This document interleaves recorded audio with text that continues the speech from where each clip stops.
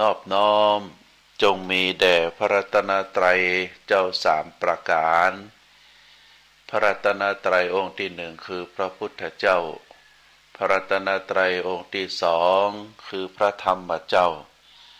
พระรัตนตรัยองค์ที่สามคือพระอริยสังฆเจ้าข้าพระพุทธเจ้าขอเคารพนอบน้อมกราบไหว้แต่ไตรไวสาคุณพระรัตนตรัยเจ้าถึงสามประการโดยความเคารพสักการะเป็นอย่างยิ่งขอถวายความเคารพพระมหาเถรานุเถระเจ้าคณะพระสังฆาธิการครูบาอาจารย์ตลอดถึงพระภิกษุหนุ่มสามเณรน้อยจุตนจุองค์ขอเจริญพรศรัทธาญาติโยมนักศีลนักบุญที่กำลังรับฟังรายการทางสถานีวิทยุทุกท่านทุกคนต่อจากนี้ไปอาตมาภาพพระครูปริยัติกิจจาภิวัตรสำนักวัดพระสิงห์อำเภอเมืองจังหวัดเชียงใหม่ก็ขอน้อมเอาสาระธรรมคติธรรมชาดกธรรมในทางพระพุทธศาสนามามอบเป็นธรรมบรรณาการอาหารใจ คือกับท่านสาธุชนนักศีลนักบุญทั้งหลายได้รับฟังแล้วก็พินิจพิจารณาตามเนื้อหาสาระตามคติตามชาดกธรรมเหล่านั้นเมื่อฟังแล้วอันจะก่อให้เกิดสติปัญญาปารมีแล้วก็จะได้น้อมนำมาประพฤติปฏิบัติในทางที่ถูกต้องอันจะก่อให้เกิดความสุขซึ่งเป็นความสุขตึงตังกายและก็เป็นความสุขตึงตังใจที่เฮาตั้งหลายมีความมุ่งมา่ปรารถนาที่จะก่อให้เกิดไว้กับตัวกับตนเฮาที่ได้เป็นลักษณะแบบนี้เพราะว่าเป็นธรรมดาเป็นธรรมชาติของสัตวโลกทุกผู้ทุกนามเมื่อเฮาเกิดมาดำรงชีวิตดำรงขันธ์อยู่ความสิ่งที่เฮาต้องการนักที่สุดก็คือความสุขเพราะว่าจะเป็นความสุขตึงตังกายแล้วก็ความสุขตึงตังใจเฮาต้องการที่จะก่อให้เกิดให้มีให้เป็นในชีวิตของเฮาเพราะฉะนั้นเฮาก็จำเป็นจะต้องหาเหตุแห่งความสุขเมื่อเฮาได้ปะเหตุแห่งความสุขก็จะได้น้อมนำมาประพฤติปฏิบัติแล้วก็ผลของการประพฤติปฏิบัติก็จะเป็นความสุขถ้าเฮาปรารถนาสิ่งที่เป็นความสุขแต่เฮาบ่ได้ประพฤติปฏิบัติเหตุแห่งความสุขผลมันก็จะบ่เป็นความสุขเพราะฉะนั้นก็อยู่ที่ตัวเฮาเนอะ พระพุทธศาสนาเป็นพระศาสนาที่ได้อบรมสั่งสอนให้เจ้าพุทธเฮาได้ใจสติปัญญานำชีวิตของตัวเองเข้าสู่ในทางที่ดีในทางที่ถูกต้องในสาระธรรมคำว่าสาระก็คือสิ่งที่มีคุณมีประโยชน์ต่อเฮาทั้งหลายธรรมะของพระพุทธเจ้ามี 84,000 พระธรรมขันธ์อย่างเช่นการดำรงชีวิตประจำวันถ้าเฮาได้น้อมนำเอาคำสอนมาอย่างเช่นคือเฮาทำทุกสิ่งทุกอย่างนั้นอย่างมีสติแปลว่าความรู้สึกตัวขณะที่เฮากำลังทำขณะที่เฮากำลังขณะที่เฮากำลังคิดเฮาทำทุกสิ่งทุกอย่างเฮาทำแบบรู้ตัวคือมีสติกำกับเฮาทุกคำพูดที่ออกมาจากปากเฮาทุกคำนั้นเฮามีสติว่าคำที่เฮาออกมานั้นมันเป็นลักษณะแบบใดถูกต้องหรือบ่ถูกต้องแล้วก็การคิดทุกสิ่งทุกอย่างเฮามีสติกำกับอยู่ อันนี้เราเรียกว่าเราประพฤติตามสาระธรรมที่พระพุทธเจ้าได้สอนไว้นะส่วนคติธรรมก็เป็นนะกัมปคติก็คือทางเดินทางเดินของชีวิตนะทางเดินของชีวิตถ้าเราได้ประพฤติปฏิบัติตามแนวทางนั้นเราก็จะเป็นไปตามที่พระพุทธองค์ได้สั่งสอนไว้เราเรียกว่าคติธรรมคติธรรมนั้นมีสองลักษณะมีสุขติก็คือทางเดินที่ดีแล้วก็ทุกขติทางเดินที่บดีคนไหนได้น้อมนำชีวิตของตนเองไปประพฤติปฏิบัติตามศีลห้าข้อเว้นจากการฆ่าสัตว์เว้นจากการลักทรัพย์เว้นจากการประพฤติผิดในกามเว้นจากการกล่าวกำอูกำจาที่บ่เป็นความจริงแล้วก็เว้นจากการดื่มสุราเมรัยตลอดถึงเว้นจากการเข้าไปเกี่ยวข้องกับยาเสพติดสิ่งตึง5ข้อนี้นะศีลตึง5ข้อนี้เราเรียกว่าเป็นข้อวัดปฏิบัติดีๆเราก็ไผประพฤติปฏิบัติก็ถือว่าเป็นสุขติเป็นคติที่ดีการเว้นจากอบายมุขบ่เป็นนักเลงสุราบ่เป็นนักเลงการพนันบ่เอวเมื่อคืนบ่เป็นนักเลงหญิงแล้วก็บ่เข้าไปเกี่ยวข้องในส่วนที่ทำให้ชีวิตของเฮาตกต่ำอันนี้ก็ถือว่าเป็นสุขติเป็นแนวทางที่ดีหรือบางคนได้ดำรงชีวิตของตนประพฤติปฏิบัติในการเสาะแสวงหาทรัพย์สมบัติเราเรียกว่าเป็นคนขยันนะคนขยันทำการทำงานนอกจากทำการทำงานแล้วมีความขยันหมั่นเพียรแล้วนอกจากนั้นก็ยังได้เก็บหอมรอมริบนะทรัพย์สมบัติที่เกิดจากความขยันของตนเองได้คบกับคนดีเปื้อนที่ดีแล้วก็ได้ดำรงตนประพฤติตนแบบเสมอต้นเสมอปลายอันนี้เราเรียกว่าเป็นการประพฤติปฏิบัติในทางที่ถูกต้องใครทำจะนี้แล้วก็จะมีฐานะมั่นคงร่ำรวยนะมีฐานะมั่นคงร่ำรวยเราเรียกว่าเป็นหัวใจเศรษฐีอย่างนี้เราก็เรียกว่าเป็น คติธรรมเป็นสุขตินะใครประพฤติปฏิบัติก็เป็นแนวทางที่ดีเพราะฉะนั้นสาระธรรมก็ดีคติธรรมก็ดีชาดกธรรมเป็นเรื่องราวเป็นตัวอย่างเป็นตัวอย่างของบุคคลในครั้งพุทธกาลได้ประพฤติปฏิบัติมาเฮาได้ฟังแล้วก็เรื่องมันเคยมีเคยเกิดขึ้นเฮาก็ได้ละในสิ่งที่มันบ่ถูกต้องแล้วก็เฮาประพฤติปฏิบัติในก็เป็นตัวอย่างกับบุคคลที่เป็นตัวอย่างที่ดีอันนี้เฮาเรียกว่าเป็นชาดกธรรมเพราะฉะนั้น3สิ่ง3ประการคือสาระธรรมคติธรรมชาดกธรรมในทางพระพุทธศาสนาเป็นสิ่งที่เราควรจะศึกษาห้ำเพียรแล้วก็น้อมนำมาประพฤติปฏิบัติท่านสาธุชนทั้งหลายคณะที่ท่านทั้งหลายกำลังรับฟังรายการนี้ก็ขอเจริญพรว่าวันนี้เป็นวันที่6เดือนสิงหาคมที่วัดพระสิงห์ที่โรงเรียนธรรมราชศึกษาอาตมาภาพได้เจริญพรคือทุกท่านได้รับทราบว่า ในวันนี้นั้นทางวัดพระสิงห์และก็โรงเรียนธรรมราชศึกษาเฮาได้มีพิธีทำบุญถวายทานข้าวสารทำบุญถวายทานข้าวสารก็จะได้รวบรวมข้าวสารตึงหมดตลอดถึงเครื่องปรุงอาหารบอกว่าจะเป็นน้ำปลาเป็นน้ำมันเป็นซอสเป็นเครื่องปรุงรสแล้วก็ จตุปัจจัยนะที่ศรัทธาญาติโยมได้ร่วมทำบุญมาก็จะได้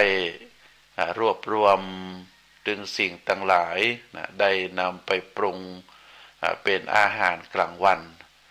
ได้เลี้ยงได้ถวายเพลแด่สามเณร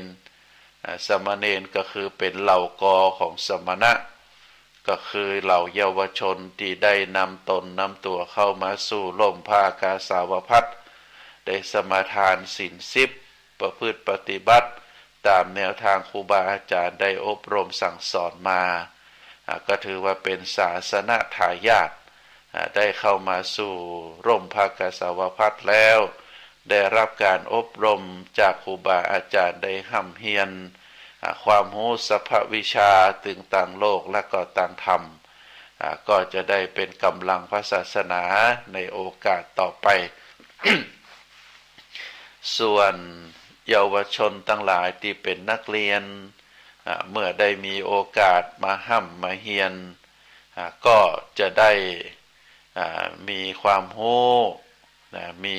ศักดิ์และสิทธิ์ในความเป็นคนเป็นมนุษย์เป็นพลเมืองของประเทศไทยแล้วก็จะได้นำความรู้เหล่านั้นไปประพฤติปฏิบัติไปดำรงชีพในการประกอบอาชีพตามศักยภาพของแต่ละบุคคลก็ถือว่าเป็นคนที่มีความรู้ว่าสิ่งใดควรทำรู้ว่าสิ่งใดบ่ควรทำรู้ว่าควรจะดำรงตนเป็นลักษณะแบบใดคือมันถูกต้องบ่ผิดศีลบ่ผิดธรรมรู้ว่าสิ่งทั้งหลายได้ประพฤติปฏิบัติแล้วอันจะก่อให้เกิดสันติภาพเกิดความสุขในประเทศที่ตนเองอาศัยอยู่อันนี้คือเป้าหมายสูงสุดของการจัดการศึกษาก็จะได้ถวายจะได้เลี้ยงเยาวชนเหล่านั้นในแต่ละวันคือได้หายจากความหิวคือได้หายจากความหิวแล้วก็ได้ห่ำเฮียนหนังสือก็เป็นเป้าหมายของการทำบุญถวายข้าวสารในวันนี้ซึ่งตีผ่านมาแต่เจ้าพระเดชพระคุณหลวงพ่อท่านเจ้าคุณพระเทพสิงหวราจารย์เจ้าอาวาสวัดพระสิงห์พระเดชพระคุณเป็นได้ดำรงตำแหน่งในการดูแลเขาเรียกว่าผู้รับใบอนุญาตโรงเรียนธรรมราชศึกษาเป็นโรงเรียนการกุศลของวัดพระเดชพระคุณได้กำกับได้ดูแลได้ชี้แนะชี้นำในการเรียกว่าการดำเนินการกิจการของทางโรงเรียนพระเดชพระคุณได้มาเป็นประธานจุดธูปเทียนบูชาพระรัตนตรัยได้หือศีลได้หือข้อคิดโอวาทกล่าวสัมโมทนิยกถาต่อศรัทธาญาติโยมที่ได้มาทำบุญเมื่อเวลา9 โมงที่ผ่านมาแล้วก็ได้รับศีลรับพรด้วยกันเป็นที่เรียบร้อยแล้วก็ในตอนนี้ก็มีศรัทธาญาติโยมได้ทยอยกันมาทำบุญ ที่เคยมาทำบุญเป็นประจำก็ได้ทยอยกันมาทำบุญตามโอกาสตามเวลาตามฐานะบางคนก็ได้มาฮับเป็นเจ้าภาพข้าวสารชุดละ500 บาท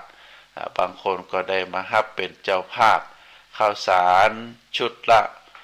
250 บาทตามกำลังศรัทธาแล้วก็ได้มาถวายลูกพระลูกเนนก็ได้ปั่นปอนฮับศีลฮับปอนกันไปเป็นที่เรียบร้อยเพราะฉะนั้นก็ขออนุโมทนาศรัทธาญาติโยมที่กำลังรับฟังรายการอยู่ถ้าจะมาร่วมทำบุญบางคนเปิดมาตาลตาลก่อนหน้าหรือบางคนก็ได้โอนทางได้โอนสตางค์มาโอนปัจจัยมาทางธนาคารถ้าโอนมาแล้วถ้าจะมาร่วมทำบุญตัวก็ขอน้อมเจิญยังตันอยู่ก็จะรอรับสายบุญศรัทธาสายปารมีจากคลื่นมหาชนนักศีลนักบุญทั้งหลายก็จะ รอท่านสาธุชนไปจนถึงประมาณ3 โมงนะบ่าย3 โมงถ้าหากว่ามาก็มาตันอยู่ตอนนี้ก็อยู่ช่วงกึ่งกลางวันนะ11 โมงถึงเที่ยงอาตมาดำเนินรายการนี้ช่วง11 โมงถึงเที่ยงก็จะรอรับศรัทธาญาติโยมที่อยู่ใกล้ๆก็ยังตันอยู่ถ้าใครจะมาก็ขอเชิญเนอะเพราะฉะนั้นท่านสาธุชนทั้งหลายนะการทำบุญเป็นการสั่งสมบุญนะการฮือตานการรักษาศีลการรักษาจิตรักษาใจเขาเรียกว่าเจริญจิตภาวนาพระพุทธศาสนาถือว่า3 สิ่ง 3 ประการการประพฤติปฏิบัติถึง3 สิ่ง 3 ประการนี้เป็นเนื้อนาบุญในทางพระพุทธศาสนาการฮือตานการถวายข้าวสารการถวายสิ่งของการบริจาคสิ่งของบ่ว่าจะฮือเป็นบุคคลทั่วไปบ่ว่าจะเป็นพ่อแม่ฮือพ่อแม่ครูบาอาจารย์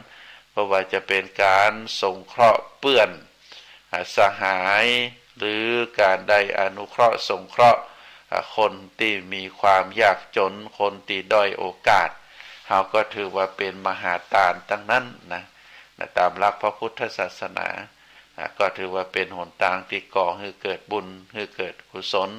ก็ขอน้อมเจริญพรศรัทธาญาติโยมถ้ามีโอกาสเนอะศรัทธาท่านสาธุชนทั้งหลายนะในทางพระพุทธศาสนาได้กล่าวเกี่ยวกับวัยนะเกี่ยวกับวัยในหนังสือพระไตรปิฎกได้กล่าวถึงวัยของมนุษย์เฮาของมนุษย์เฮาไว้อยู่10 ช่วงนะวัยก็คือช่วงอายุในการดำเนินชีวิตของคนในการมีชีวิตวัยหรือวัยะตัวนี้เฮาก็ได้ใช้เป็นภาษาไทยนะอย่างเช่นวัยชราวัยรุ่นวัยหนุ่มวัยสาววัยผู้สูงอายุอย่างอีกเป็นต้นวัยตัวนี้วัยะตัวนี้นะแล้วก็เวลานำมาใช้ก็แปลงรูปนะแปลงรูปได้หลายกรรมวัยตัวนี้ถ้าแปลตามตัวแต่แปลว่าเสื่อมในศรัทธาญาติโยมวัยะวัยนะอนิจจาวัฏสังขาราอุปัฏฐวธรรมิโนวยธรรมิโนนะอนิจจาวัฏสังขาราอุปัฏฐวยธรรมิโนอันนี้ก็ถือว่าอุปัฏฐวยธรรมิโนวยะตัวนี้ก็แปลว่าวัยแปลว่าเสื่อมในต่างศัพท์ในต่างพระพุทธศาสนาเฮาใจเป็นภาษาอย่างเช่นพยาบาลใจมาเป็นภาษาไทยเฮาพยาบาลตัวนี้มาจากสองกรรมมาจากพยะหรือพยาแล้วก็บาลพยาตัวนี้พยะตัวนี้มาจากคำว่าวยะภาษาไทยเฮาเวลานำมาใช้ก็แปลงวอแหวนเป็นพอพานนะก็เป็นพยะเป็นพยานะพยาปาละตัวนี้แปลว่ารักษานะเฮามาใช้เป็นบอใบไม้ก็เป็นพยาบาลก็คือผู้รักษาความเสื่อมนะแปลตามตัวก็แปลว่าผู้รักษาความเสื่อมก็คือรักษาโรคภัยไข้เจ็บนะก็ใจเป็นชื่อของผู้ที่ดำรงวิชาชีพนะเป็นพยาบาลก็คือผู้รักษาการดูแลคนป่วยคนไข้อย่างอี้เป็นต้นเพราะฉะนั้นคำว่าพยาบาลมาจากคำว่าวัยแปลว่าความเสื่อม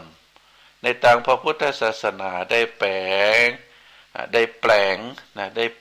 แบ่งช่วงอายุคนหาไว้10 ช่วงในศรัทธาญาติโยมช่วงที่1เรียกว่ามันทะทัสกะ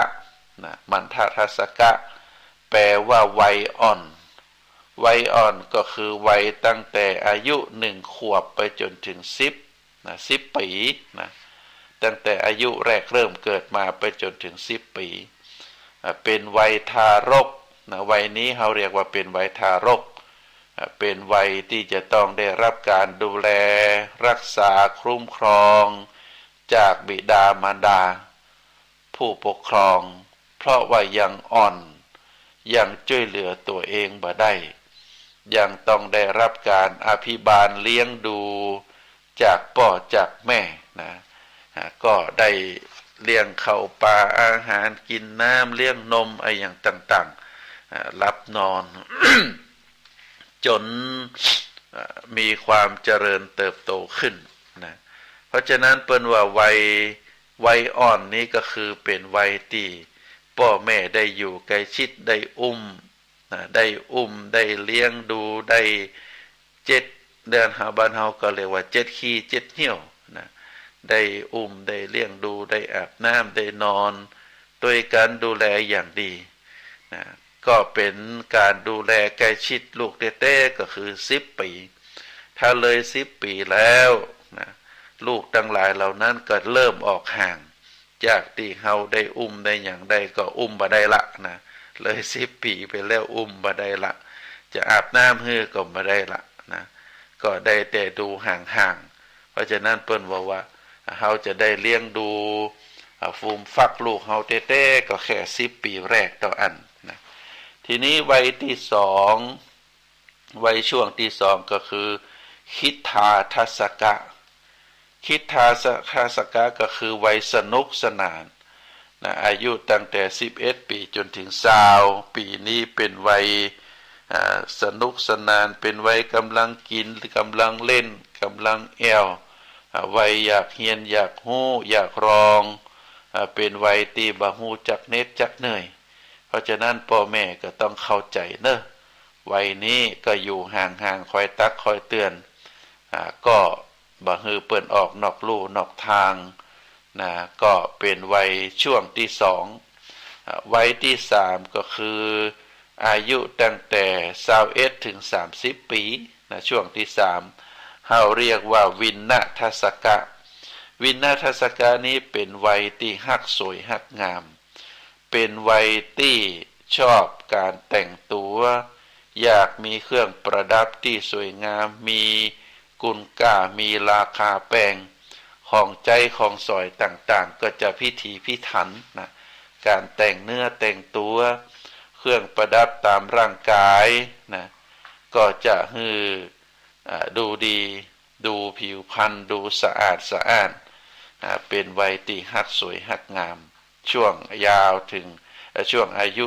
21ถึง30 ปีต่อไปช่วงที่4เฮาเรียกว่าพละทัศกะวัยมีกำลังวัยมีกำลังก็คืออายุตั้งแต่30ถึง40 ปีนะโดยเฉลี่ยแล้ววัยนี้เป็นวัยทำงานวัยตั้งเนื้อตั้งตัวตั้งหลักปักฐานสร้างฐานะครอบครัวคือเป็นปึกแผ่นนะ10 ปีนี้ช่วงนี้เป็นวัยที่สร้างเนื้อสร้างตัวมีกำลังทำงานบ่ฮู้จักเหน็ดจักเหนื่อยบางคนก็ทำงาน2-3 ตีนะก็ถือว่าเป็นวัยที่สร้างรักสร้างฐานสร้างครอบครัวเป็นช่วงที่4เนื้อศรัทธาญาติโยมช่วงที่5เป็นวัยที่เฮาเรียกว่าปัญญาทัศกะปัญญาทัศกะเป็นวัยที่มีปัญญาก็อายุตั้งแต่41 ปีถึง50 ปีเป็นวัยที่มีสติปัญญามีความคิดรอบคอบรู้จักเหตุรู้จักผลที่ว่าเป็นวัยที่มีปัญญานั้นก็เนื่องจากได้สะสมมาตั้งแต่วัยที่1นะได้ได้เรียนได้รับการสั่งสอนจากครูบาอาจารย์จากพ่อแม่ แล้วก็ได้สั่งสมการทำงานมาจากคนใจร้อนก็จะเป็นคนใจเย็นลงแล้วก็ได้ใจประสบการณ์ถูกพ้องผิดพ้องในการดำเนินชีวิตที่ผ่านมาก็จะได้ มามวลเป็นประสบการณ์เป็นสติปัญญาเรียกว่าผู้มากด้วยประสบการณ์เพราะฉะนั้นในวัยนี้นะก็ถือว่าเป็นวัยสำคัญที่สุด 40-50 ปีวัย 40-50 ปีแล้วบุคคลเหล่านี้บ่ว่าจะเป็นมีครอบมีครัวมีสามีมีภรรยามีลูกมีเต้าก็จะต้องเริ่มในการดูแลความเอาใจใส่คือมีความเป็นอยู่ที่มั่นคงถาวรนะถือว่าเป็นช่วงสำคัญ50 ปีนะการดำเนินชีวิตมา50 ปีถ้าเป็นลักเป็นฐานเป็นปึกเป็นแผ่นแล้วก็ถือว่าใจได้แต่อายุ50 ปีแล้วไอ้ยังก็ยังบ่มีเตื้อนะในการดำรงชีวิตครอบครัวเดี๋ยวก็แต่งเดี๋ยวก็เลิกเดี๋ยวก็แต่งเดี๋ยวก็เลิกนะเดี๋ยวก็แต่งเดี๋ยวก็เลิกแล้วก็มีหลายครอบครัวอยู่หันพ่องอยู่นี่พ่องทำการทำงานก็บ่เป็นลักเป็นแหล่งอันนี้จะลำบากนะอันนี้จะลำบากบุคคลประเภทนี้จะลำบากแต่ถ้ามีความมุ่งมา่มีความตั้งใจ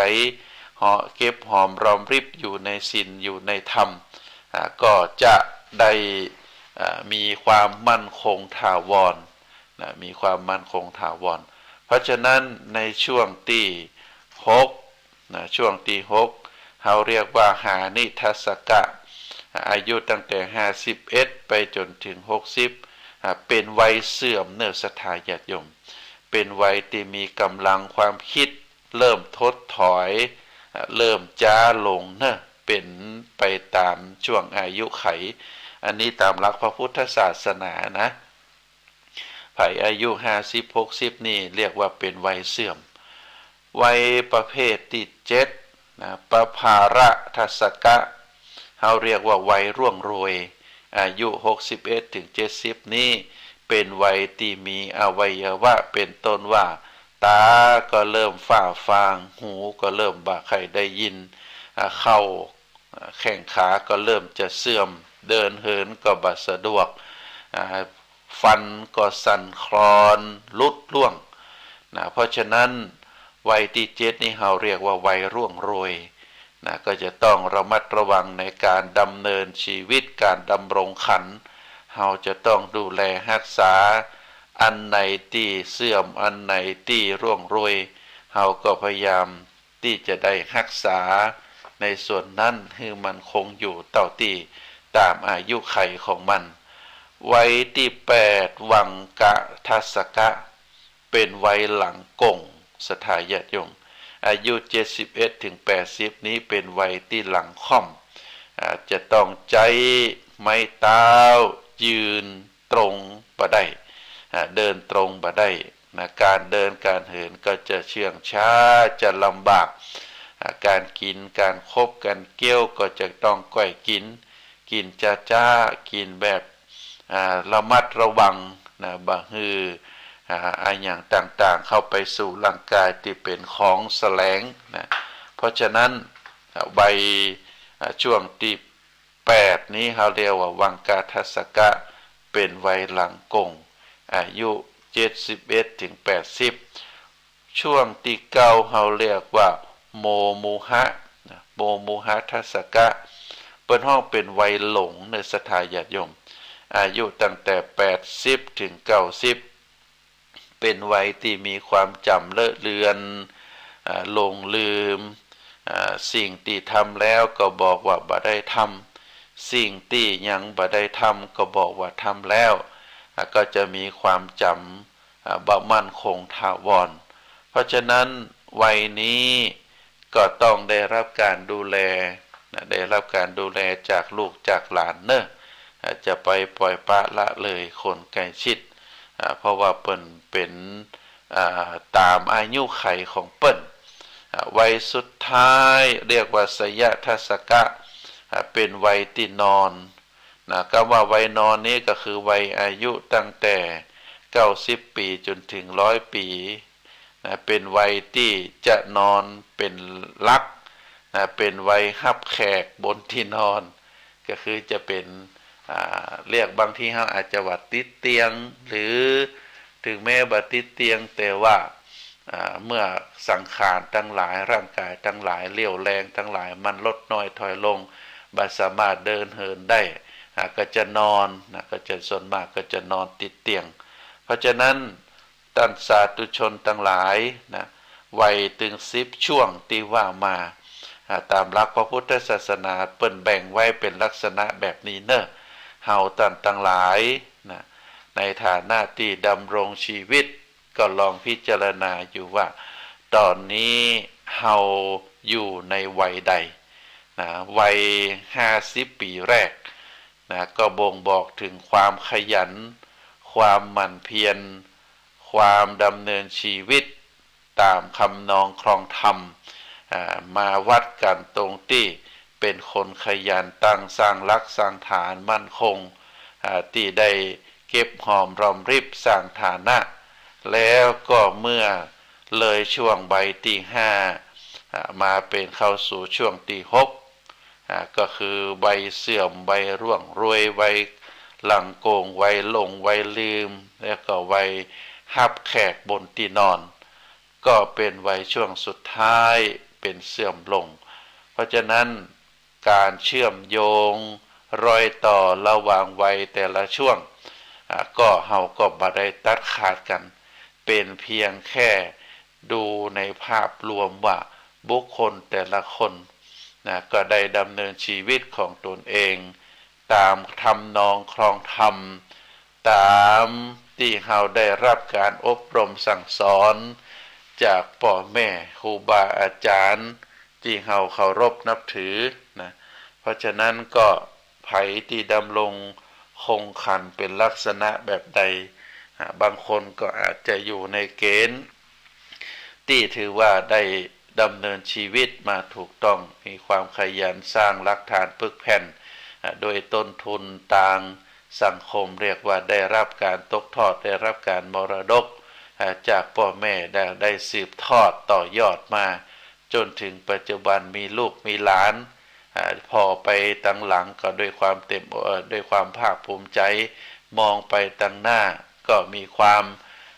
อบอุ่นใจว่าคุณงามความดีบุญกุศลเฮาได้กระทำมาแต่ถ้ามองดูแล้วเฮายังขาดเกินยังบ่ได้มีเป็นหลักเป็นฐานเฮาก็ต้องรีบทำส่วนผู้ใดที่มีความขาดตกบกพร่องก็จะต้องรีบดำเนินการในช่วงชีวิตที่เหลือมันจะได้นักเท่าใดน้อยเท่าใดก็แล้วแต่บุญแล้วแต่กรรมของแต่ละท่านเพราะฉะนั้นในตามหลักพระพุทธศาสนาเปิ้นได้แบ่งช่วงวัยไว้เนอศรัทธาญาติโยมเฮาก็ต้องลองพินิจพิจารณาดูว่าตอนนี้เฮาอยู่ในวัยใดศรัทธาท่านสาธุชนทั้งหลายครูบาอาจารย์ท่านได้กล่าวคือกำสอนแก่หมู่เฮาท่านทั้งหลายจริงที่อาตมาได้ว่าทุกคนนั้นมีความมุ่งมั่นปรารถนาที่จะให้ชีวิตของเฮานั้นมีความสุขครูบาอาจารย์เปิ้นได้บอกว่าถ้าไผมีความมุ่งมั่นปรารถนาที่จะมีความสุข ก็จะมีอยู่5ขั้นตอนในการประพฤติปฏิบัติตนคือถึงความสุขก็คือการฝึกการปฏิบัติตัวตนให้ยิ่งขึ้นไปในการดำเนินชีวิตที่ถูกต้องความสุขก็จะยิ่งเพิ่มพูนเนศรัทธาญาติโยมขั้นตอนในการประพฤติปฏิบัติเพื่อที่จะได้ฝึกฝนอบรมตนให้ได้ใจชีวิตให้ถูกต้องแล้วก็มีความสุขนักยิ่งขึ้นขั้นตอนอันที่หนึ่งก็คือความสุขจากการได้ใจวัตถุสิ่งของที่มาบำรุงบำเรอตัวตนเฮาภายนอกนำมา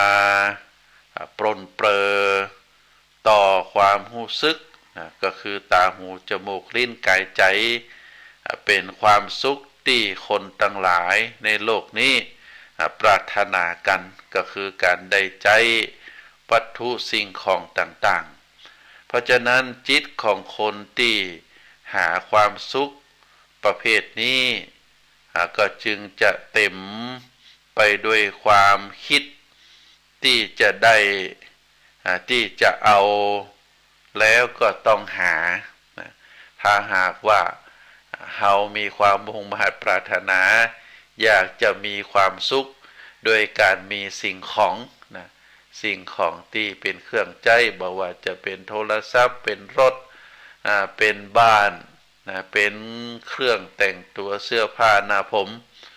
ถ้าเราเอาความสุขไปติดกับสิ่งต่างหลายเหล่านี้การได้ใจของ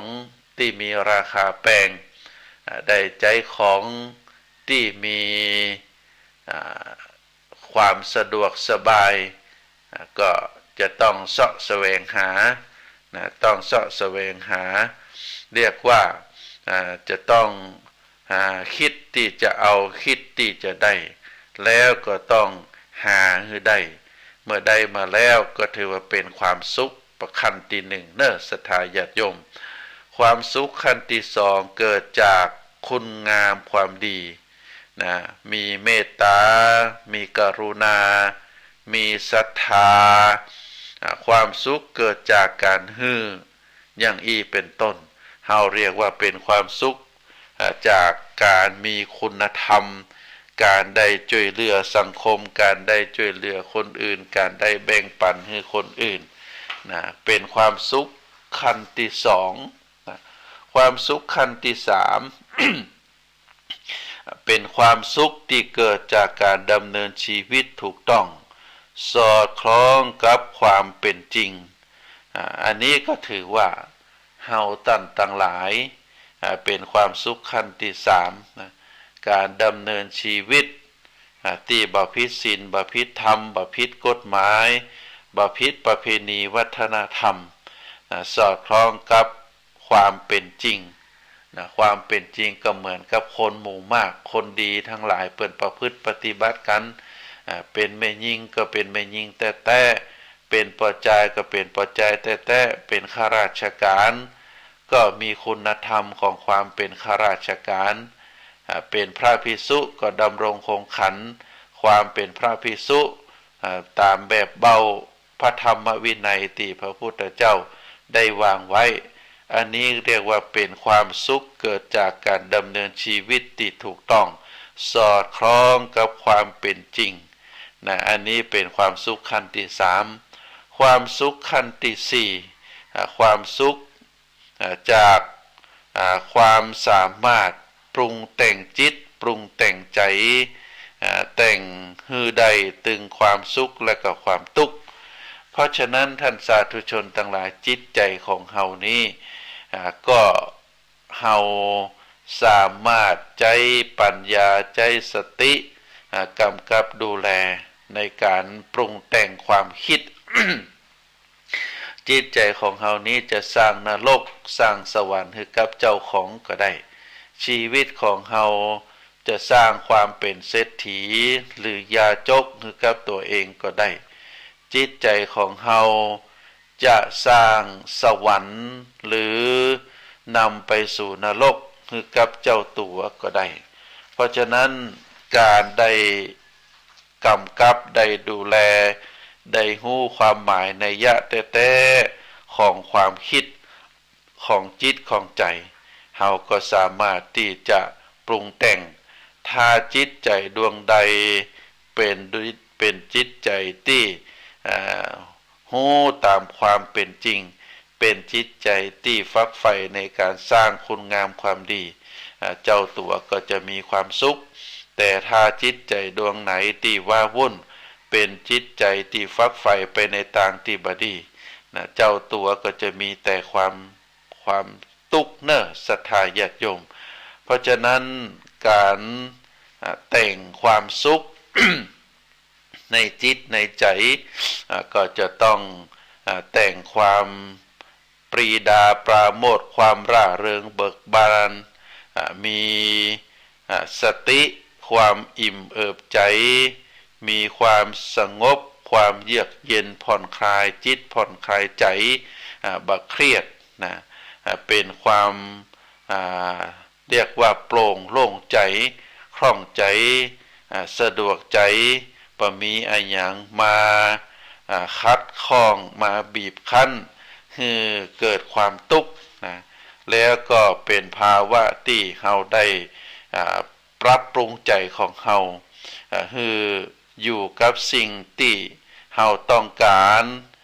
ได้ตามความต้องการบ่มีอะไรอย่างมารบกวนจิตนะอยู่กับตัวกับตนอย่างมั่นคง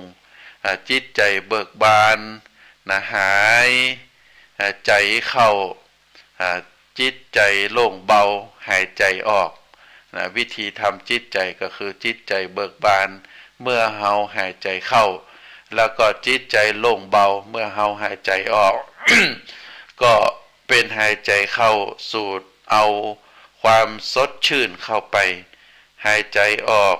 เฮาก็ฟอกจิตให้สดใสนะอันนี้เป็นขั้นตอนที่สี่นะในการสร้างความสุขคือกับตัวตนของเฮาแล้วก็ขั้นตอนที่ห้า